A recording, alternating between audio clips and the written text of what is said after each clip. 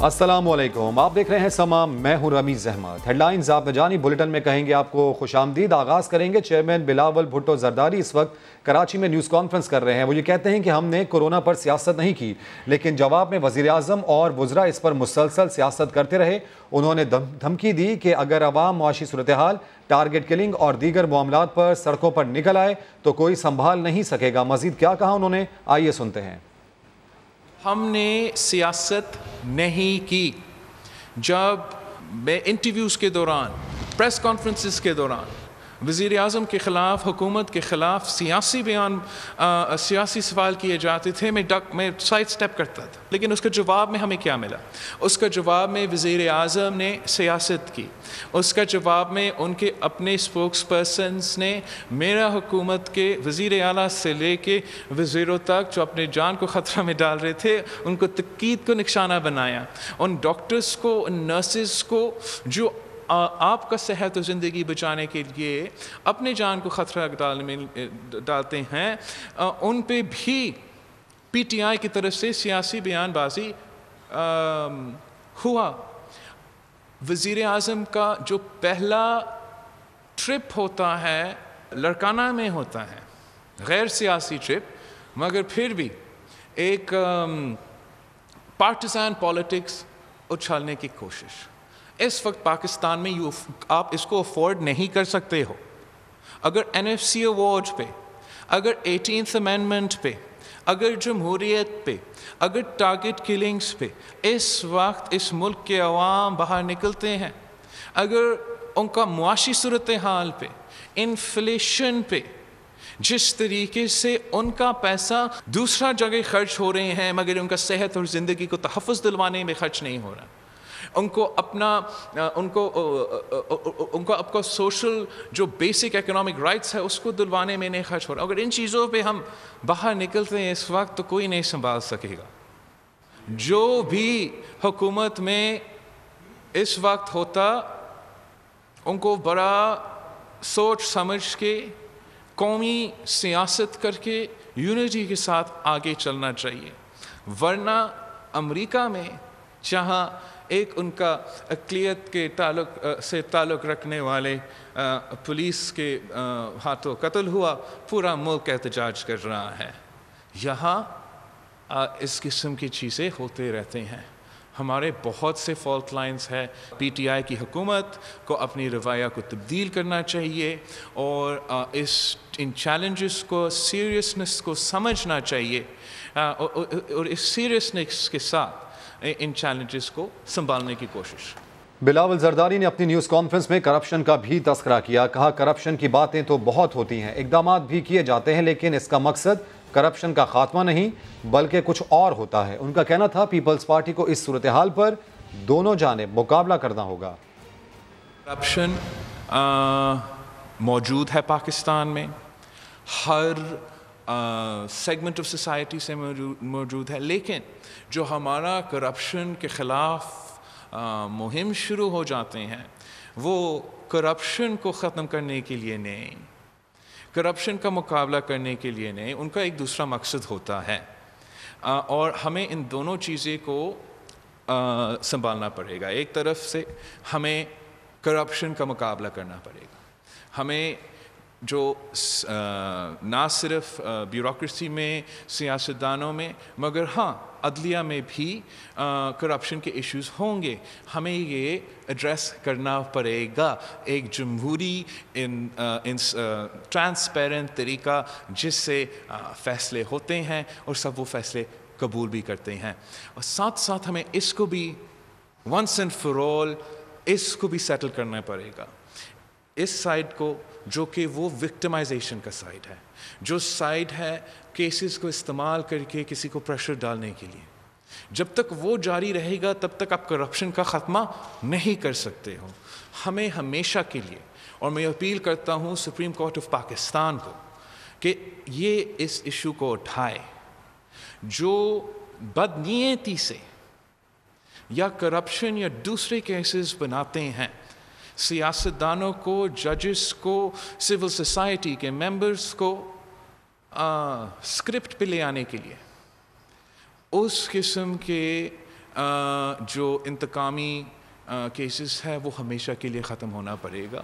اہم خبر آپ کو دیں، سابق فاسٹ بولر عاقب جاوید نے کہا ہے کہ سب کو راضی کرنے کے لیے دورہ انگلینڈ پر 29 کھلاڑی اور 14 سپورٹنگ سٹاف لے جانا مذاق ہے. ایسا لگتا ہے جیسے 30 ٹیسٹ کھیلنے ہیں اور ہر روز 5 کھلاڑی فٹ ہوں گے. سما کے نمائندہ خصوصی نعیم اشرف بٹ کو انٹرویو میں عاقب جاوید نے کہا کہ 1994 میں دورہ شری لنکا پر میچ فکسنگ کے ٹھوس ثبوت لے کر عدالت گیا. سابق کرکٹر سلیم پرویز کے ذریعے کھلاڑیوں کو میچ فکسنگ کی آفرز کی گئیں.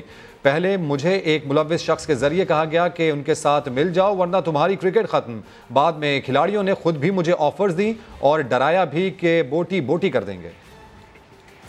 ٹیم جو نیشنل ٹیم ابھی انگلینڈ کے تو 29 آپ کے دور میں ہوتی تھے، اتنے جاتے تھے تو دو ٹیمیں کہ سب کو راضی کرنا ہے. کراچی کے پلیئر بھی ڈال لیے، 29 پلیئرز لے جا کے اس میں سے آپ نے کھلانے 11 ہے، تو یہ ایک مذاق سے کم نہیں. ایسے لگ رہا ہے کوئی 300 ٹیسٹ کھیل. وہی نا، مجھے یہ لگتا ہے کہ پتہ نہیں 30 ٹیسٹ میچ کھیلنے جا رہے ہیں اور کھیلنے میں ادھر جا رہے ہیں جہاں جو گراؤنڈ بھی کرونا کی وجہ سے الٹے ٹیڑھے ہو گئے ہیں کہ ہر وہ میچ میں 5 پلیئر جو ہیں وہ انفٹ ہوں گے. سو آئی تھنک اب انہوں نے یہ صرف ایک پاپولر ڈیسیژن کیا ہے. 14 سپورٹ سٹاف اکٹھا کر لیا ہے تاکہ اب نہ کوئی یہ کہے گا کہ اب کوئی پلیئر مس ہو گیا ہے، نہ کوئی یہ کہے گا کہ آپ نے کوچنگ سٹاف جو ہے وہ بہتر نہیں رکھا. آپ کو کہتے ہیں آ جائیں خاموش کرانے کے لیے؟ نہیں، میں کوئی ایسی بلا وجہ نہ اس لیے بولتا ہوں کہ بلا وجہ تو آپ بولتے نہیں ہیں، لیکن مجھے وہ تو سمجھتے ہیں جاب مل جائے یا کچھ ہو جائے. کیا وجہ ہے؟ آپ ان کو بڑے مشکل بندے لگتے ہیں. آپ دیکھیں، یہ بہت گہری ایک کھائی ہے جس میں ابھی تک آپ دیکھیں تو یہ جو میچ فکسنگ کے جو اسکینڈلز ہیں، ان کے پیچھے جو اسٹرنگ ہے جن لوگوں کے، وہ بہت مضبوط ہے. تو وہ پھر اپنے ایسی مین جگہ پہ جہاں پہ آپ ڈیسیژنز میکنگ مین ہوتی ہے، وہاں تک پھر ہمارے جیسے لوگوں کو نہ آنے نہیں دیتے کیونکہ وہ سوٹ نہیں کرتی. میچ فکسنگ جو ہے یہ 90s میں آ کے یہ پیک پہ پہنچا ہے. اسپیشلی 94 میں جو سری لنکا میں جو ایک ٹرائنگولر سیریز ہوئی، اس کے بہت زیادہ قصے ہیں. تو جب میں عدالت میں گیا تو میں حیران تھا کہ سارے جو پلیئرز ہیں ان کے جو اوتھ ہیں وہ اس میں ہو رہے ہیں عدالت کے سامنے. تو جب میری باری آئی تو میں نے جب اوتھ اٹھایا تو میں ہارڈلی 1-1.5 منٹ بولا تو جسٹس قیوم نے کہا کہ آپ کا جو بیان ہے وہ اندر بند کمرے میں ہوگا. تو جب میں اندر گیا تو وہ جو میری 1.5 منٹ کی بات ہے صرف رپورٹ میں وہی ہے. ساری باتیں آپ نے اندر بتائیں وہ ہے ہی نہیں. وہ ہے ہی نہیں. فزیکل جو ایویڈنس تھے وہ میں نے دیکھے، ان کو میں نے سمجھایا، ان کو ڈرایا. اس کے بعد اس میں انٹرکولر نئی سب آئی تھی پجیر، وہ گاڑیاں پھر انہوں نے ڈر کے واپس بھی کی. اور جس بندہ جو انوالو تھا اس کو جب میں نے عدالت میں بلایا تو وہ جا کے وہاں بعد میں وہ مکر گیا. تو بات تو یہ ہے کہ انسان کس کے اوپر بھروسہ کر سکتا ہے. پتہ کیسے چلا آپ کو؟ سلیم پرویز ایک پرانا کرکٹر ہوتا تھا، اس کے تھرو ان کو آفرز ہوئی تھی. اور جب وہ سری لنکا وہی ٹور پہ، ہاں، اور وہ پھر جب مجھے پتہ چلا کیونکہ وہ جو ایک دوسرا بندہ انوالو تھا اس نے مجھے بتایا کہ یہ سارے ڈیل کر چکے ہیں اور یہ تو اسی لیے ٹیم میں سلیکٹ بھی نہیں ہوا. اس نے مجھے ٹریپ کرنے کی کوشش کی کہ اس کو کہیں کہ تمہاری تو کرکٹ اب ختم، اب یہ تمہیں نہیں انہیں آنے دینا اور تو بھی مل جا.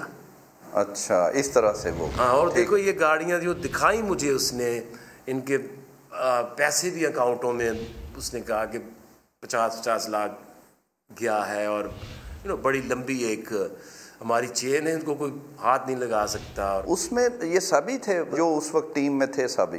دیکھیں، وہ مین جو بھی کردار تھے. میں ہمیشہ اس پہ بلیو کرتا ہوں کہ آپ کو وہاں جانا چاہیے، اس پلیٹ فارم پہ جانا چاہیے جہاں پہ ڈیسیژن میکنگ ہو. ادھر سارا کچھ جو ہے وہ الٹ پلٹ ہو گیا. الٹ پلٹ ہو گیا، اندر آ جاؤ، اندر آ جاؤ تو بعد پتہ ہی نہیں. بعد میں سارا کچھ ہی سلیش کر دیا. اس کے بعد تو پھر ایک میٹنگ میں جب مجھے انڈیکیشن ملی، کیونکہ ایک ٹیم میٹنگ تھی، اس کے بعد انہوں نے کہا کہ تم کمرے سے باہر چلے جاؤ، ہم نے ایک میٹنگ کرنی ہے.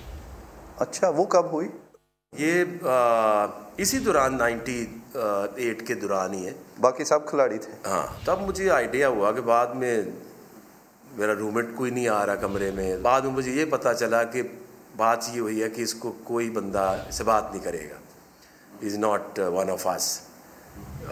क्योंकि एक चीज़ को जब मीडिया में सिर्फ बोल देने से और दूसरा जाके कंक्रीट एविडेंस दे के उस जगह पे जाके जहाँ पे फैसले होने हैं, उसमें बहुत फ़र्क होता है। जो 2-3 प्लेयर मीडिया में शोर करते थे मैच फिक्सिंग हो रही है, वो फोरम पे जाके कुछ नहीं देते थे।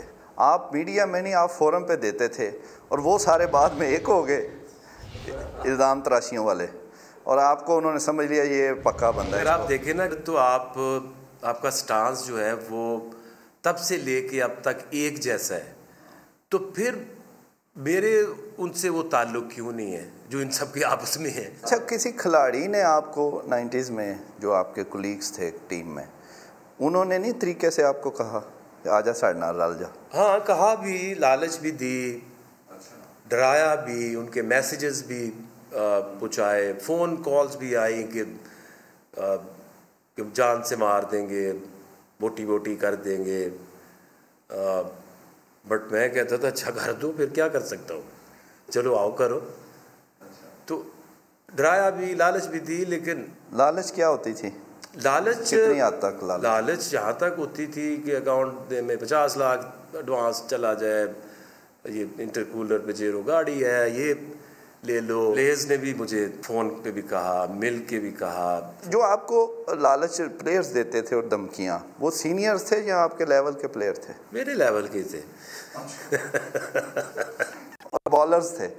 अब यार देखे ना, आप नए नए आए तो टीम में, तो आप पे कुछ सीनियर, उस वक्त के थोड़े से सीनियर, वो रोब शोब डालते थे, पानी पिलाते हैं कर। जब मैं गया तो मेरी एक गुड लक है कि मैंने वो जो क्लब में जाके वो नहीं कप्तान जी तो नीचे बैठो तो अदबो अदाब है, मैं खामुखा के और स्लेव एटीट्यूड मेरा था ही नहीं। तो मैंने तो जाके वहाँ पहले कुछ हफ्ते में ही मुझे ये इनाम मिल गया था कि ये बदतमीज़ कहाँ से आ गया टीम में। अच्छा, हुआ क्या था? किसने आपको कहा कोई ऐसा?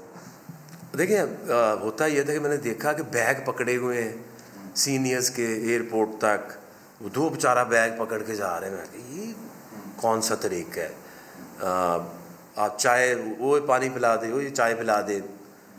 तो ये मुझे जब किसी ने कहा तो मैंने कहा हेलो, मैं तो ना पीता हूँ ना मुझे आती है बनानी, खुद ही बनाओ। किसको कहा था? किसको कहा था? ये असल में रूममेट थे, मैं और आमिर मलिक और सलीम मलिक जब आए थे तो उन्होंने ऐसे कहा, तो वो उन्होंने रूटीन में कह दिया होगा कि एक छोटा बच्चा है, प्लेयर है, तो वो बना देगा। बट मेरा ये माइंडसेट नहीं था। जब खिलाड़ी पूरे बॉलर आप थे तो बड़े आप एक चार्मिंग यंग मैन थे, रोमांटिक भी लगते थे, तो यकीनन आपके पीछे दुशीज़ाएँ भी होंगी। वो बहुत ज़्यादा थी, पाकिस्तान में भी, पाकिस्तान से बाहर भी। क्रिकेट बोर्ड में फ़ोन आया कि वो एक दुल्हन बन के पता नहीं किसी इलाके से वो आ गई और कहती मैं तो नहीं जाऊंगी, अब तुम्हें घर गई तो मुझे तो मार देंगे, तो उसको बुलाओ मेरे से शादी करे। तो समझा समझो माफ़ी मूफ़ी मांग के उसको, उसके घर वालों से भी बात की कि यार ऐसे बेचारी। इसलिए हम इंटरव्यू पर बात करेंगे। समा के नुमाइंदा खुसूसी नईम अशरफ भट्ट हमारे साथ मौजूद हैं। नईम, जिस खेल से हम पाकिस्तानी सबसे ज़्यादा लगाव रखते हैं, उसी हवाले से माजी में कितना कुछ घिनौना होता रहा, एक और बड़े प्लेयर का फिक्सिंग के हवाले से बयान आ गया। जी बिल्कुल रमीज़, और बहुत ही क्लियर बातें उन्होंने की और कोई उन्हें इसमें हिचकिचाहट नहीं थी। और उन्होंने बताया कि 1994 में ये सिलसिला ज़्यादा अरूज पर आया जब उनको भी आफत हुई, और उनका कहना है कि पूरी टीम ही उस वक्त जो थी उन्होंने बड़ी बड़ी गाड़ियां लीं और 50-50 लाख एक क्रिकेटर के अकाउंट में गए, और वो ये सारी बातें लेकर पहले उस वक्त के बोर्ड के चीफ एग्जीक्यूटिव माजिद खान के पास गए, फिर जो कमीशन बना और जस्टिस कयूम, फिर उनके पास जब गए तो सारे प्लेयर्स के बयान जो थे वो अदालत के सामने ओपन हुए। लेकिन जब उनकी बारी आई तो 1-1.5 मिनट बोले और उन्हें कमरे में ले गए, और बाद में जो रिपोर्ट आई तो वो सारी बातें जो कमरे वाली थी उनमें से एक लफ्ज़ शामिल नहीं किया और वही 1 मिनट शामिल कर लिया। फिर 1-2 उन्होंने बताया कि किस तरह उन्हें डराया धमकाया जाता था, पहले लालच दी गई, और प्लेयर्स ने खुद भी उन्होंने क्लियर बताया कि प्लेयर्स ने खुद भी उन्हें लालच भी दी और डराया धमकाया भी। अगरचे उन्होंने नाम नहीं लिया, लेकिन सबको पता है कि 94 में कौन सी टीम थी, कौन कौन प्लेयर थे उसमें, और ये भी उन्होंने कहा कि उनके लेवल के ही वो प्लेयर थे। अब आकिब जावेद के लेवल के आप देख रहे हैं कि 94 में कौन कौन प्लेयर था और वो सारे इन्वॉल्व थे। और वो अभी भी कह रहे हैं कि, और एक और अहम बात उन्होंने ये बताई कि कुछ प्लेयर जो हैं, जैसे उनका गालिबन इशारा राशिद लतीफ़, आमिर सुहेल या बातरी, जो कि बहुत ज़्यादा बिल्कुल नहीं, इसमें ये बात खासी अहम है कि उनकी जानिब से कहा गया कि एक पेज पर आओ वरना तुम्हारी क्रिकेट ख़त्म। बेहद शुक्रिया इस अहम इंटरव्यू पर। आप अपना तजिया भी पेश कर रहे थे। पाकिस्तान क्रिकेट बोर्ड की जानिब से 90 की दिहाई में मैच फिक्सिंग स्कैंडल की तहकीकात के लिए बनाए गए कमीशन के सरबराह जस्टिस रिटायर्ड अब्दुल कयूम का कहना है कि उन्होंने किसी खिलाड़ी का कोई लिहाज नहीं किया, जो सबूत मौजूद थे उनको देखते हुए फैसला किया। मुझे क्या पता है, उनसे पूछे, मुझे क्या पता, मैंने क्या लिहाज करना था, मेरा तो किसी से कोई ताल्लुक नहीं। मैंने जो एविडेंस के मुताबिक फैसला है उस तरह किया। तो जो आज तो बनाना है, उनकी जो बेहतर समझते हैं वो अब इतनी पुरानी बात है, मुझे याद नहीं। इसी पर बात करेंगे। समा के नुमाइंदा खुसूसी शुएब जट हमारे साथ मौजूद हैं। शुएब, आकिब जावेद जिस दौर की बात कर रहे हैं और बता रहे हैं कि फिक्सिंग की ऑफर करने वाले उनके लेवल के ही क्रिकेटर्स थे, तो मुमकिन तौर पर कौन से वो खिलाड़ी हो सकते हैं जो उनके साथ खेले और बाद में फिर फिक्सिंग इल्जामात भी उन पर लगे? देखिए, ये कुछ अर्सा पहले की बात है, तकरीबन 1 महीना पहले की, जब आकिब जावेद से मैंने इंटरव्यू किया था, तो उसमें भी जो है उन्होंने इस तरह की बातें की थी और उन्होंने कहा था कि उन्हें धमकियां दी जाती थी कि बोटी कर देंगे और ये सारे कर देंगे। फिर जस्टिस कयूम कमीशन में जाने से मुतालिक उन्होंने इंकशाफात किए थे कि मैं क्या बताना चाहता था, मुझे क्या कहा गया, कॉरिडोर में रमीज राजा से क्या बात हुई। अगर हम उस जमाने की बात करें, जिस जमाने की ये बात कर रहे हैं, तो उसमें काफी खिलाड़ी हैं जो बाद में पाकिस्तान के कप्तान भी बने और जस्टिस कयूम इंक्वायरी जो थी उसके सामने भी उनको पेश होना पड़ा। लेकिन उस जमाने में जो क्रिकेटर्स थे, आमिर सुहेल थे, इंजमाम प्लस थे, सलीम मलिक थे, इजाज अहमद थे, बासित अली थे, राशिद लतीफ थे, अकरम रजा थे, वकार यूनुस थे, अताउर रहमान थे, वसीम अकरम थे, ये सारे नाम वो थे जो है वो पाकिस्तान को बाद में जाके सुपरस्टार्स भी बने और ये जस्टिस कयूम कमीशन में भी जो है इनको पेशी हुई थी। तो आकिब जावेद जो है वो इससे पहले भी लबकुशाई कर चुके हैं। समा के ही प्लेटफार्म से, जहां उन्होंने बताया था कि ये कितना खौफनाक मामला है और ये गाड़ी का जो मामला है वो उस टाइम जो इंक्वायरी में। ठीक है, बहुत सी अहम बातें आकिब जावेद की जानिब से की गई। अपडेट्स के लिए बेहद शुक्रिया शुएब। आकिब जावेद के बयान पर पीसीबी का मौक़िफ़ सामने आ गया है। तर्जुमान पीसीबी का कहना है कि टीम के साथ स्पोर्टिंग स्टाफ इतना ही होता है। 28 खिलाड़ियों पर मुश्तमिल स्क्वाड मौजूदा सूरत हाल के बाइस इंग्लैंड क्रिकेट बोर्ड के कहने पर भिजवाया जा रहा है, क्योंकि पाकिस्तान क्रिकेट टीम ने दौरा इंग्लैंड में टेस्ट के साथ साथ T20 सीरीज भी खेलनी है। SOPs के मुताबिक T20 टीम को भी 14 रोज़ के लिए करंतना में रहना लाजमी है। आगे बढ़ते हुए कुछ दीगर खबरें शामिल करें। वज़ीर-ए-आज़म इमरान खान ने वाज़ेह कर दिया है कि कोई ये ना समझे शुगर स्कैंडल ख़त्म हो गया है। PTI कोर कमेटी इजलास के दौरान वज़ीर-ए-आज़म का कहना था कि कुछ लोग समझ रहे हैं कि शुगर माफिया का मामला दब गया, लेकिन ये दबेगा नहीं। शुगर माफिया से हुकूमत नहीं, अवाम मुतासिर हुए। वज़ीर-ए-आज़म ने कहा कि वो मामले को मंतकी अंजाम तक पहुँचा कर रहेंगे। और chief justice Islamabad high court ने चीनी केस पर दलाइल मुकम्मल होने पर फैसला महफूज कर लिया। इसी पर अपडेट्स हासिल करेंगे समा के नुमाइंदे सुहेल रशीद से। सुहेल, बताइएगा आज क्या कार्रवाई हुई? जी देखिए, आज अटॉर्नी जनरल ने पहले अपने दलाइल मुकम्मल किए थे, जिसके जवाब में शुगर मिल्स एसोसिएशन के वकला ने बारी बारी जवाबुल जवाब दलाइल दिए और ये सदा की इस्लामाबाद हाई कोर्ट से कि जो मौजूदा इंक्वायरी कमीशन की रिपोर्ट है इसको कलअदम करार दिया जाए और अगर हो सके तो न्यायिक कमीशन बना दिया जाए, कानून के मुताबिक जो काम करे, क्योंकि जो मौजूदा कमीशन की रिपोर्ट है वो जो है वो बाइस्ड है, उसमें तासुब का जो है वो काफ़ी अंसर मौजूद है, जिससे हमारे जो बुनियादी हकूक हैं वो मुतासर होंगे। सलमान अकरम राजा ने ये एतराज़ उठाया था कि पहले से अगर हुकूमत की जानिब से ये कहा जा रहा है कि शुगर मिल्स वाले ही चोर हैं और माफिया हैं, तो उसके बाद जो मातहत इदारे हुकूमत के काम करेंगे वो फेयर ट्रायल नहीं कर सकेंगे। दलाइल मुकम्मल हुए हैं इस वक्त, जवाबुल जवाब दलाइल भी तमाम शुगर मिल्स एसोसिएशन के वकला की जानिब से, जिसके बाद फैसला महफूज कर लिया। इस्लामाबाद हाई कोर्ट की जानिब से आज ही मुख्तसर फैसला सुनाए जाने का इम्कान है, लेकिन chief justice Islamabad high court ने इस दौरान अहम सवालात भी उठाए थे कि अगर शुगर मिल्स ये एतराज कर रही हैं कि ये सियासी इंतकाम की कार्रवाई है, तो फिर ये बताएं कि जो मौजूदा हुकूमत के वज़रा हैं और उनके जो अपने इत्तेहादी हैं वो भी उसमें मौजूद हैं। शुगर इंक्वायरी कमीशन ने उस पर भी बात ठीक है, यानी अहम रिमार्क्स दिए गए। अपडेट्स के लिए बेहद शुक्रिया सोहेल। चीन ने भारतीय फौज के साथ झड़पों की तफसीलात जारी कर दी। चीनी वजारत खारजा का कहना है गलवान में जो कुछ हुआ इसका जिम्मेदार इंडिया है। कई बार एहतजाज रिकॉर्ड कराने के बावजूद भारतीय इश्तियाल अंगेजी जारी रही, जिस पर चीन दिफाई इक़दामात पर मजबूर हुआ। चीनी तर्जुमान ने वाज़ेह कर दिया कि अब पूरी गलवान वादी चीन की है। तफसीलात देखिए इस रिपोर्ट में। براہ راست آپ کو لے چلیں گے وفاقی وزیر برائے مواصلات مراد سعید اس وقت میڈیا سے گفتگو کر رہے ہیں. منسٹر کا کل کا وزٹ جو تھا وہ احساس ایمرجنسی کیش ریلیف کے سینٹر کا وزٹ تھا. وہاں پہ جو عام لوگ ہیں جو محنت کش تھے, جن کا روزگار ختم ہو گیا, جو مستحقین تھے, ان لوگوں کو مالی امداد پرائم منسٹر عمران خان نے اعلان کیا تھا اور وہ ان کو ملنے والی تھی وہ امداد. 1,60,00,000 خاندانوں کو موجودہ بحران میں احساس ایمرجنسی کیش ریلیف کے تھرو فی خاندان 12,000 روپے عمران خان نے دیے. تو اس میں لاڑکانہ بھی آ رہا تھا, اس میں سکر بھی آ رہا ہے, اس میں آپ کا نواب شاہ بھی آ رہا ہے.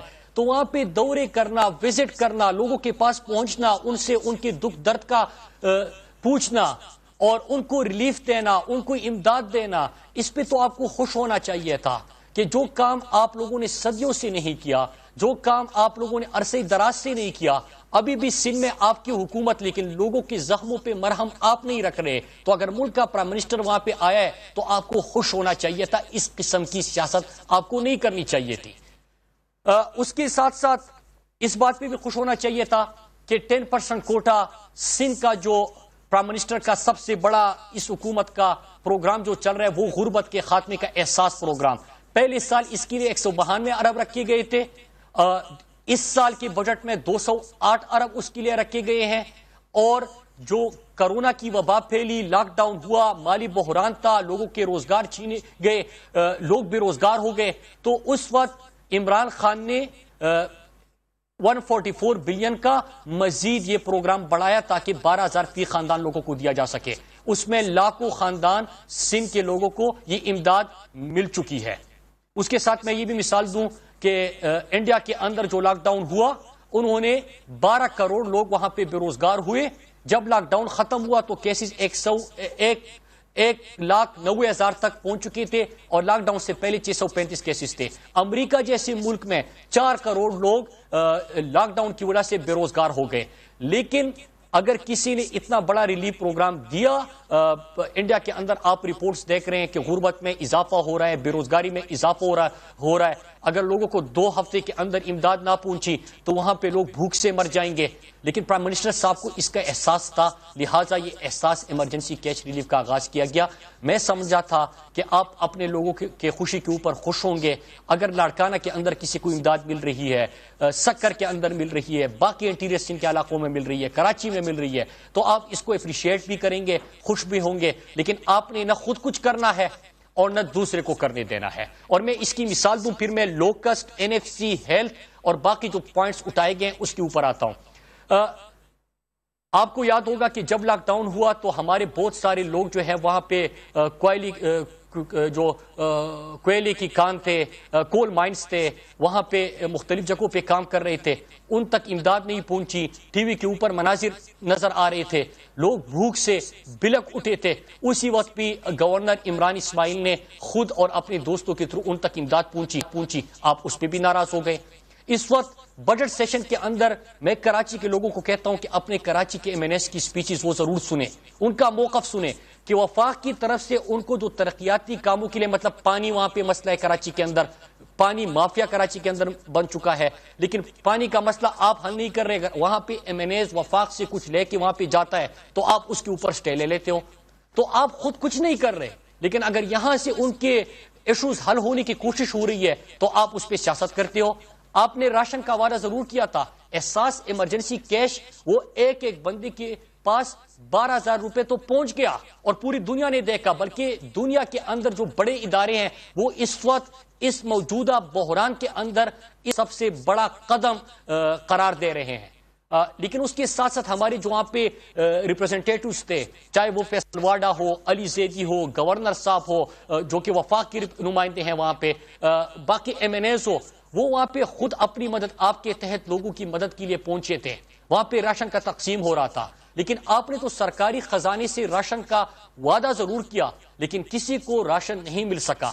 لیکن اگر آپ راشن کا پیسہ بھی ہڑپ کرنے کی طرف جا رہے ہیں تو اگر آپ کا یہ خیال ہے کہ ہم اپنے لوگوں کی خدمت کے لیے عمران خان کو لوگ پکاریں گے, عمران خان وہاں پہ نہیں جائیں گے, لوگوں کو ضرورت ہوگی, غربت میں اضافہ ہوتا ہوگا, اور وہاں پہ غربت کے خاتمے کے لیے عمران خان کوئی پروگرام نہیں لے کے آئے گا تو یہ آپ کی سوچ ہے، کیونکہ عمران خان ان چیزوں کے اوپر سیاست نہیں کرتا۔ عمران خان ایک کاز لے کے آئے ہیں اور وہ کاز ہے پاکستان سے غربت کے خاتمے کا، اور انشاءاللہ ہم اس میں کامیاب ہوں گے، اور ہمارے جو بڑے پروگرامات ہیں اس سے واضح ہیں موجودہ حکومت کی ترجیحات۔ تو اس پہ تو آپ کو سیاست کرنے کی بجائے آج 10% کوٹا جو بڑا ہے سندھ کے لوگوں کے لیے، کیونکہ غربت وہاں پہ زیادہ تھی، غربت بڑھتی گئی، آپ کی حکومت تھی، آپ نے اقدامات نہیں کیے، اور اگر یہ شیئر بڑا ہے، کوٹا بڑا ہے، اپریشیٹ کیجئے۔ لاڑکانہ کے اندر اگر آپ اپنے حلقے میں وہاں پہ لوگوں کی خدمت کے لیے نہیں پہنچتے اور صرف بیانات تک سپاسنامے اور خبرنامے پڑھنے کے لیے آتے ہیں تو یہ آپ کا قصور ہے، لیکن ہم اپنے لوگوں کی خدمت سے خود کو نہیں روک سکتے۔ دوسری بات کی گئی لوکسٹ کی، لوکسٹ کے اوپر میں یہ ڈاکومنٹس لے کے آیا ہوں اور میں نے پارلیمنٹ میں بھی دکھایا تھا کہ ہم نے تو یہاں پہ ایمرجنسی بنیادوں پہ، کیونکہ انہوں نے خود بھی کہا کہ 25 سال کے عرصے میں سب سے بڑا ایک یہ لوکسٹ کا حملہ ہوا ہے، تو ظاہری سی بات ہے کہ اس کے لیے بڑے بڑے اقدامات کرنے تھے، بہت ساری چیزیں جو کہ پاکستان کے پاس جہاز، اگر وہاں پہ اسپرے، باقی جو اس کے لیے ضروریات تھی وہ پوری نہیں تھی تو ہم باہر سے منگوا رہے ہیں۔ لیکن سندھ کے اندر جہاں پہ لوکسٹ کا حملہ ہوا اور وہاں پہ چاہیے یہ تھا کہ کوئی اسپرے ہوتا، وہاں پہ پہنچتے، ایگریکلچر ڈپارٹمنٹ پہنچتا، کوئی اقدامات ہوتے۔ یہ ڈاکومنٹس میں اس لیے لے کے آیا ہوں کہ انہوں نے وہاں پہ گاڑیاں ہڑپ کرنے کا اور ہتھیانے کا پروگرام بنا لیا اور کہا گیا کہ لوکسٹ کا مقابلہ کرنے کے لیے مزید بڑی بڑی گاڑیاں خریدی جائے گی۔ پہلی بھی سندھ سے 106 سے زیادہ جو سرکاری گاڑیاں ہیں وہ غائب ہو چکے ہیں، اور موجودہ بحران کے اندر بھی بجائے اس کے کہ مقابلہ ہوتا، چھوٹے کسان کو بچایا جاتا، ان بیچاروں کی فصلیں تباہ ہو رہی ہے، ان کا نقصان ہو رہا ہے، کوئی ایمرجنسی اقدامات کیے جاتے، کوئی ان کے دکھ درد کے لیے پہنچا جاتا۔ اگر آپ کے پاس کچھ تھوڑے بہت وسائل تھے بھی تو اس کو استعمال کرتے اپنے کسان کو بچانے کے لیے، ان فصلوں کو بچانے کے لیے، لیکن ان کی بجائے آپ بڑی بڑی گاڑیوں کی منظوری دیتے کہ مزید گاڑیاں لے لیں تاکہ اس کو بھی ہتھیایا جائے۔ تو میں اس کی بھی شدید مذمت کرتا ہوں۔ ہیلتھ کے حوالے سے بات کی گئی، پاکستان کے 70 سالوں میں جب ہم ہیلتھ کی بات کرتے ہیں تو اور موجودہ بحران کے اور عالمی وبا کی بات کرتے ہیں تو دنیا کے مضبوط جو ہیلتھ سسٹم ہے، یو ایس دیکھے، یو کے دیکھے، کینیڈا، پھر ہم اٹلی کی ہیلتھ سسٹم کی بڑی باتیں سنتے تھے، وہاں پہ وہ اس عالمی وبا کا مقابلہ نہیں کر پا رہے۔ لیکن پاکستان میں 70 سالوں کے اندر جنہوں نے حکومت کی اور 35-40 سالوں میں تو آپ کی فیملی اور شریف خاندان شامل تھا، انہوں نے ایسا اسپتال نہیں بنایا جہاں پہ خود اپنا علاج آپ کر سکے۔ وہ چھوڑے ایمرجنسی بنیادوں پہ وفاقی وزیر برائے مواصلات مراد سعید اس وقت نیوز کانفرنس کر رہے ہیں اور یہ کہہ رہے ہیں کہ سندھ حکومت نے نہ خود کچھ کیا ہے اور نہ کسی اور کو کچھ کرنے دے گی۔ ایک بریک کے بعد حاضر ہوں گے ہیڈ لائنز کے ساتھ، آپ دیکھتے رہیے سماعت۔